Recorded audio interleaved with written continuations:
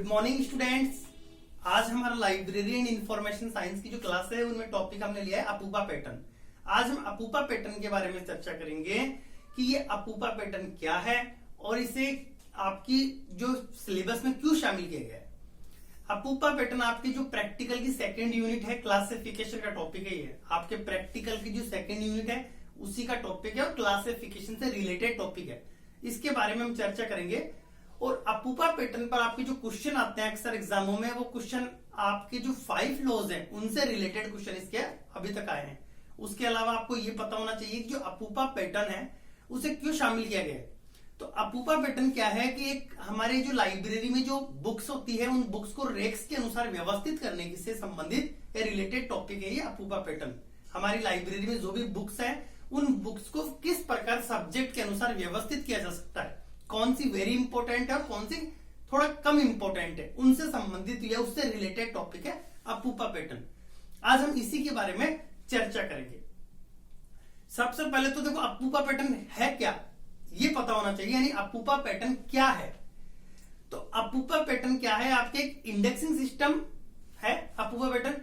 अपूपा pattern एक indexing system है जो किसी सूचना को, ठीक है, जो किसी सूचना को एक ऐसे अनुक्रम में व्यवस्थित करता है जिससे संबंधित विषय का आसानी से पता चल सके। दोबारा बताता हूं, अपूपा पैटर्न की डेफिनेशन है एक तरीके से ये कि अपूपा पैटर्न क्या है।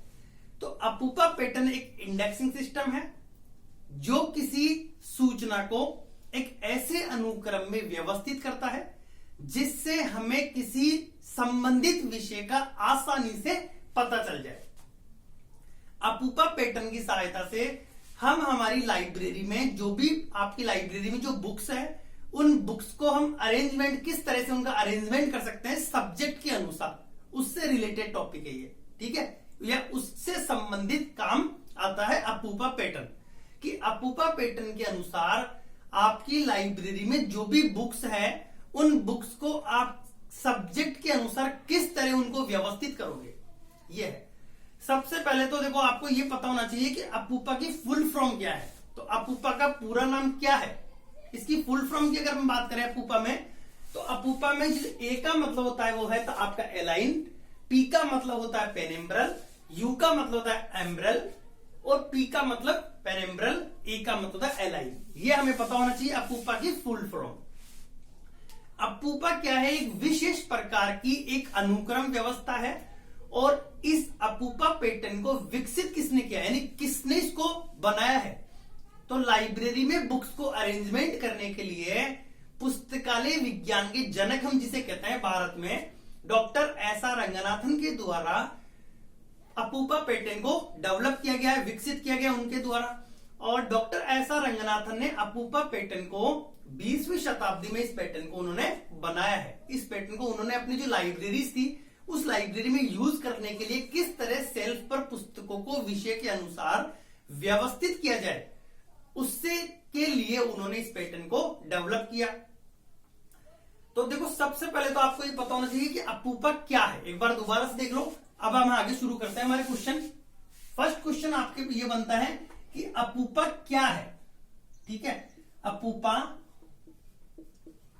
अपूपा क्या है, अगर आपको ये पता होना चाहिए कि अपूपा क्या है, जब हम ये पढ़ रहे हैं तो ये पता होना चाहिए कि अपूपा क्या है, हम ये कह सकते हैं। तो देखो अपूपा क्या है, इसकी एक तरह से परिभाषा की अगर हम बात करें कि अपूपा क्या है, एक बार दोबारा देखो अपूपा क्या है, इसकी अगर परिभाषा की हम बात करें, अपूपा क्या है, ठीक है। अपूपा क्या है, तो अपूपा क्या है, अपूपा एक इंडेक्सिंग सिस्टम है। मैं आपको इसकी डेफिनेशन बता देता हूं वैसे ही। अपूपा क्या है, तो या फिर मैं बोर्ड पे लिख देता हूं, चलो मैं आपको वैसे बता देता हूं, ये क्या है थोड़ा सा बड़ा हो जाएगा फिर। अपूपा क्या है, तो अपूपा एक इंडेक्सिंग सिस्टम है, ठीक है। अपूपा क्या है, तो अपूपा एक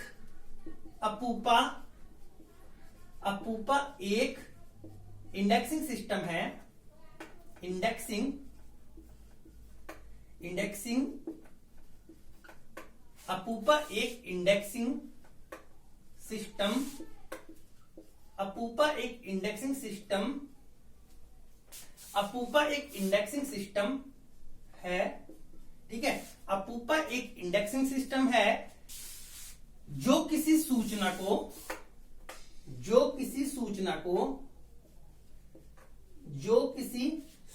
को मैं लिख देता हूं आपको, एक तरीके से डेफिनेशन है ये। अपूपा क्या है? तो अपूपा एक इंडेक्सिंग सिस्टम है जो किसी सूचना को एक ऐसे अनुक्रम में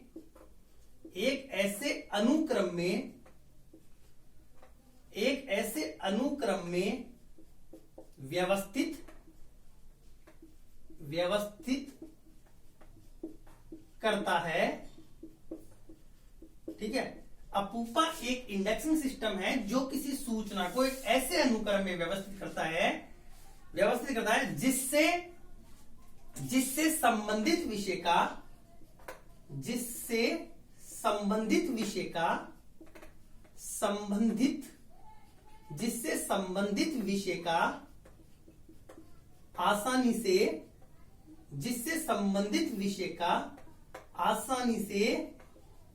आसानी से पता चल सके या चल जाए, जिससे संबंधित विषय का आसानी से पता चल सके। ठीक है, यानी अपूपा पैटर्न क्या है? अपूपा पैटर्न एक इंडेक्सिंग सिस्टम है जो किसी सूचना को एक ऐसे अनुक्रम में व्यवस्थित करता है जिससे किसी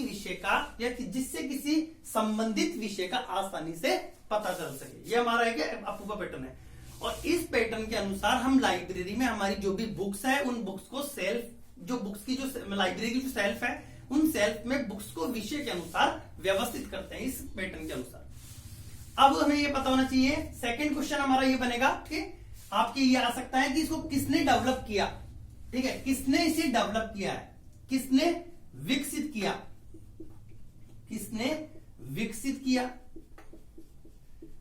किसने विकसित किया? तो डॉक्टर एस आर रंगनाथन के द्वारा इसे बनाया गया है। डॉक्टर एस आर रंगनाथन के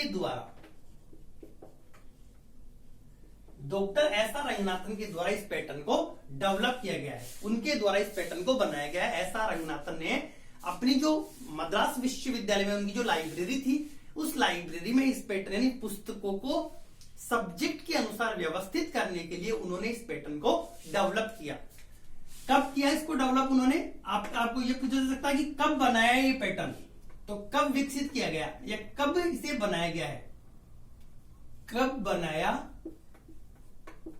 गया? तो इस पैटर्न को उन्होंने बनाया 20वीं शताब्दी में ये पैटर्न उनके द्वारा बनाया गया। उसके बाद में नेक्स्ट क्वेश्चन की ओर हम आगे बढ़ते हैं। अगला क्वेश्चन कि ये जो आपके अपूपा पैटर्न है ये किससे रिलेटेड है, किससे संबंधित है अपूपा पैटर्न आपके? ये क्वेश्चन भी आ सकता है। तो ये अपूपा पैटर्न आपके क्लासिफिकेशन से संबंधित यानी पुस्तकों के वर्गीकरण से या पुस्तकों के व्यवस्थापन से। ठीक है, आपको दोनों ऑप्शन देखना है, जो ऑप्शन उस पर टिक करना है, दोनों में से जो भी ऑप्शन होगा उसको लगाना है। यानी अपूपा पैटर्न किससे संबंधित है, किससे रिलेटेड है? अपूपा पैटर्न ये देख लो, अपूपा पैटर्न किससे संबंधित है? अपूपा पैटर्न किससे संबंधित? अपूपा पैटर्न किससे संबंधित है? ठीक है, अपूपा पैटर्न किससे संबंधित है? अपूपा पैटर्न किससे संबंधित है? तो ये अपूपा पैटर्न जो है हमारा ये पुस्तकों के व्यवस्थापन से, पुस्तकों के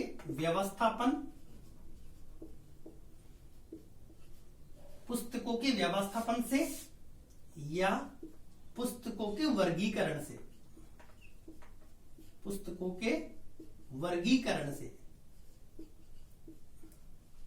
ठीक है। अपूपा पैटर्न किससे संबंधित है? तो पुस्तकों के व्यवस्थापन से या पुस्तकों के वर्गीकरण से संबंधित पैटर्न है। आगे नेक्स्ट क्वेश्चन हमारा ये बनेगा कि अपूपा पैटर्न जो है वो किससे संबंधित है? ये तो हो गया, यानी अपूपा पैटर्न को किसकी मतलब ये कह सकते हैं किस सूत्र की पालना करता है अपूपा पैटर्न। ठीक है, अगला क्वेश्चन जो हमारा बनेगा अपूपा पैटर्न पुस्तकालय विज्ञान के किस लोक का मतलब किस सूत्र की किस लोक की पालना करता है?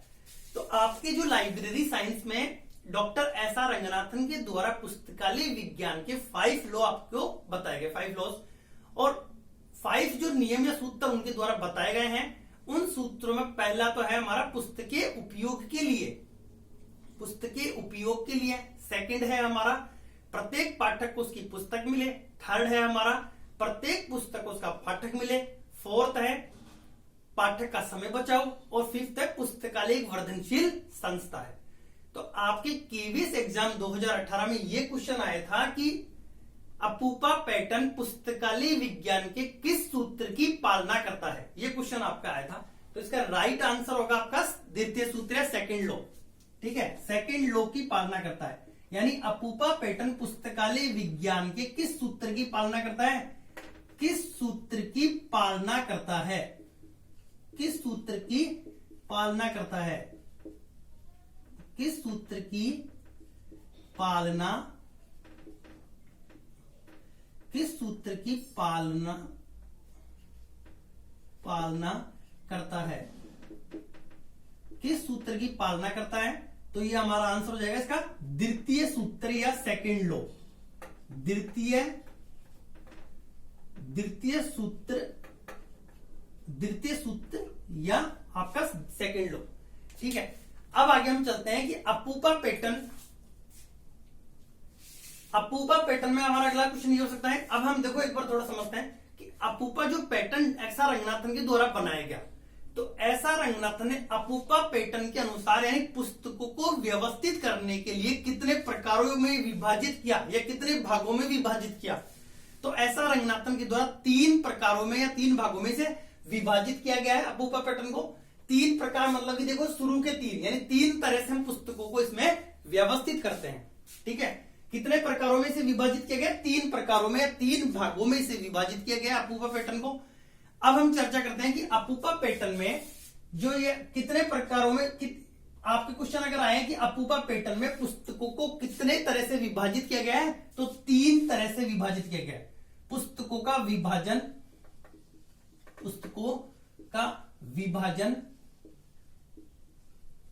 विभाजन 3 तरह से किया गया है। ठीक है,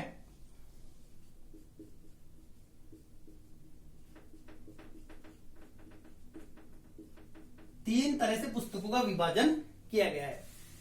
अब हम देखते हैं कि वो किस तरह से विभाजन किया गया है। तो हम देखो सबसे पहले अपूपा जो पैटर्न है उसमें इसकी फुल फॉर्म क्या है उससे संबंधित हम देखते हैं अपूपा पैटर्न के बारे में।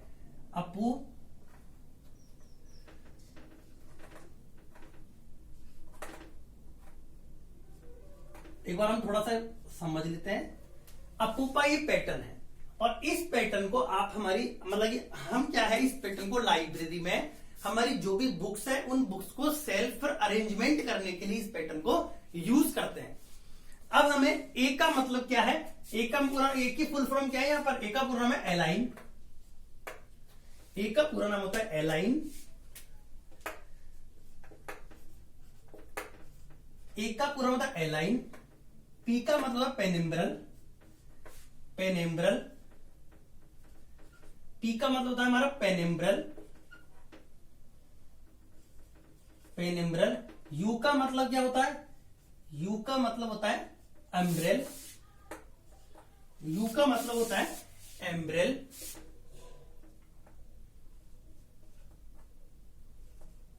यू का मतलब हो गया एम्ब्रेल। पी का मतलब फिर यहां पर पी का ए का मतलब एलाइन, पी का मतलब पेनिम्ब्रेल, यू का मतलब एम्ब्रेल, यू का मतलब एम्ब्रेल और पी का मतलब फिर हमारा पेनिम्ब्रेल।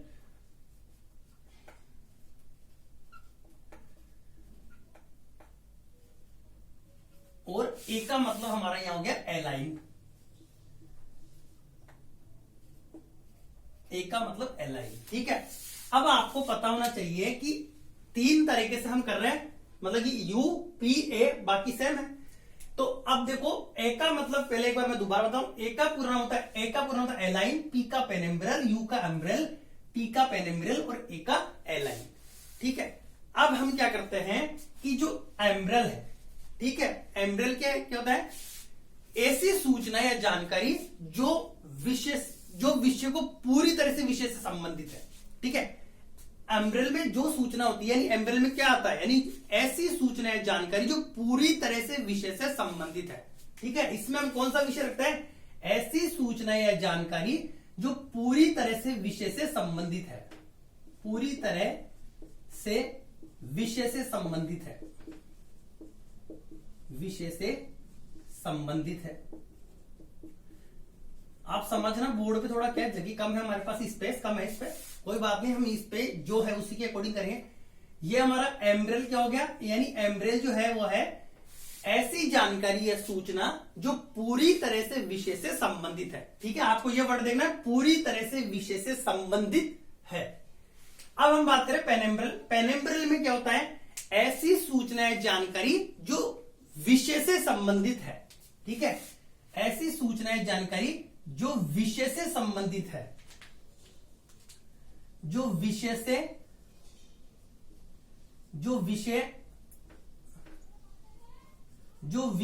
संबंधित है, विषय से संबंधित है। आपको वर्ड देखना है, बिल्कुल विषय से पूरी तरह विषय से संबंधित है या विषय से संबंधित है। ऐसी सूचना या जानकारी जो पूरी तरह से विषय से संबंधित है वो हमारा एम्ब्रेल, ऐसी सूचना या जानकारी जो विषय से संबंधित है वो हमारा पेनेम्ब्रल। उसके अलावा बचा हमारा एलाइन। एलाइन में क्या होता है, ऐसी सूचना या जानकारी जो विषय से संबंधित नहीं है। ठीक है, जो विषय से संबंधित नहीं है, विषय से संबंधित नहीं है। ठीक है, आपको ये वर्ड देखना है तीनों को।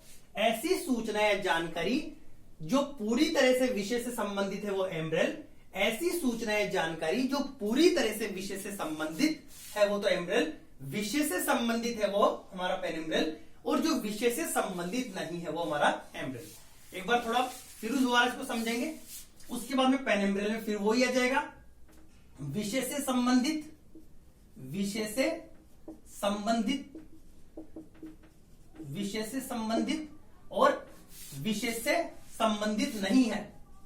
एलाइन में विषय से संबंधित, विषय से संबंधित, विषय से संबंधित नहीं है। आपको इस चीज को देखना है अच्छी तरह से, नहीं है। ठीक है, तो ये हो गया, एक ये हो गया, यानी सेम है, सिर्फ बीच का अलग है, बाकी दोनों सेम पूरा सेम है बिल्कुल। आपको इस पैटर्न को समझ लो एक बार। ठीक है, अब हमें ये देखना है, जब हम लाइब्रेरी में, हमारी लाइब्रेरी में जब बुक्स को अरेंजमेंट करेंगे तो किस तरह से रखते हैं बुक को। सबसे पहले हमें वो पुस्तकें रखनी होती है जो किसी विषय की महत्वपूर्ण या प्रमुख पुस्तकें होती है, यानी विषय की मुख्य पुस्तकें या विषय से संबंधित बहुत ही इंपॉर्टेंट पुस्तकें हमारी बीच में हो गई, यानी मुख्य पुस्तकें, विषय से संबंधित मुख्य पुस्तकें आपके एम्ब्रेल में रखी जाएगी, जो रैक है, पुस्तकालय की रैक है उसमें। उसके बाद में सेकंड नंबर पे हम पेनुम्ब्रल में रखेंगे, यानी विषय से संबंधित पुस्तकें।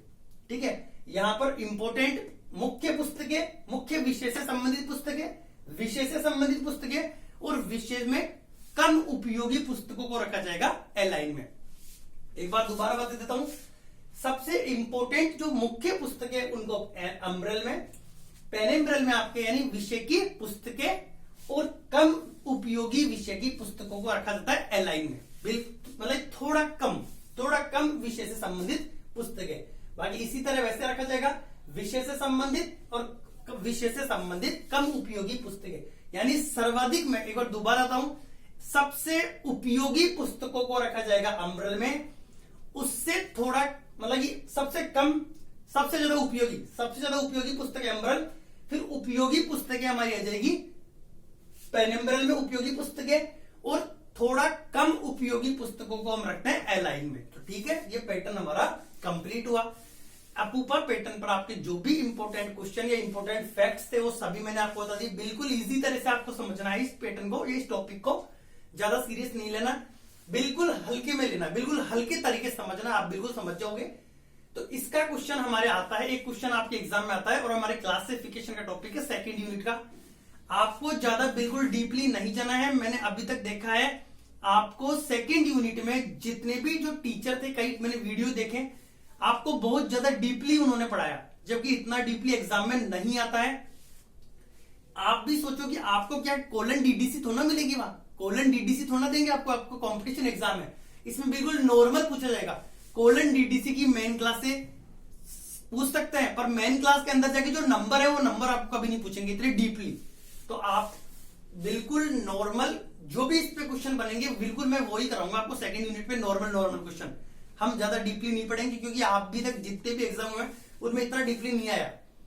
समरी अगर डीडीसी की हम बात करें तो डीडीसी की समरी में मेन क्लास का ही नंबर पूछता है, अगर पूछेगा तो जाके मेन क्लास में ये नहीं पूछेगा कि लाइब्रेरी साइंस है और लाइब्रेरी साइंस के अंदर आपके एजुकेशन का या यूनिवर्सिटी का नंबर क्या है। इतना डीपली क्वेश्चन कभी अभी तक नहीं आया और पूछेगा भी नहीं, क्योंकि जब ऐसे क्वेश्चन अगर एग्जामिनर पूछने लगा तो फिर उसको कोलन देनी पड़ेगी। तो इसलिए आप इस टॉपिक में जो भी हमारी सेकेंड यूनिट की जो टॉपिक है वो बिल्कुल मैं नॉर्मल पढ़ाऊंगा आपको। तो ये मेरा टॉपिक आज का कंप्लीट हुआ, बिल्कुल सरल तरीके से मैंने आपको बताया। तो अगर आपको मेरा वीडियो अच्छा लगा हो तो वीडियो को लाइक करें, कमेंट करें, कमेंट बॉक्स में आप बताओ कि आपको कैसा लगा। उसके अलावा जो भी आपके क्वेश्चन है वो क्वेश्चन सेंड किया करो ताकि मैं आपको आंसर दे सकूं। उसके अलावा मेरे जिन स्टूडेंट्स ने अभी चैनल को सब्सक्राइब नहीं किया है वो चैनल को सब्सक्राइब करें, बेल आइकन का बटन दबाएं ताकि मेरे द्वारा जो भी नए नए नोटिफिकेशन है वो तुरंत आपको मिलते रहे। आज हमारा ये टॉपिक कंप्लीट हुआ, आज का हमारा टॉपिक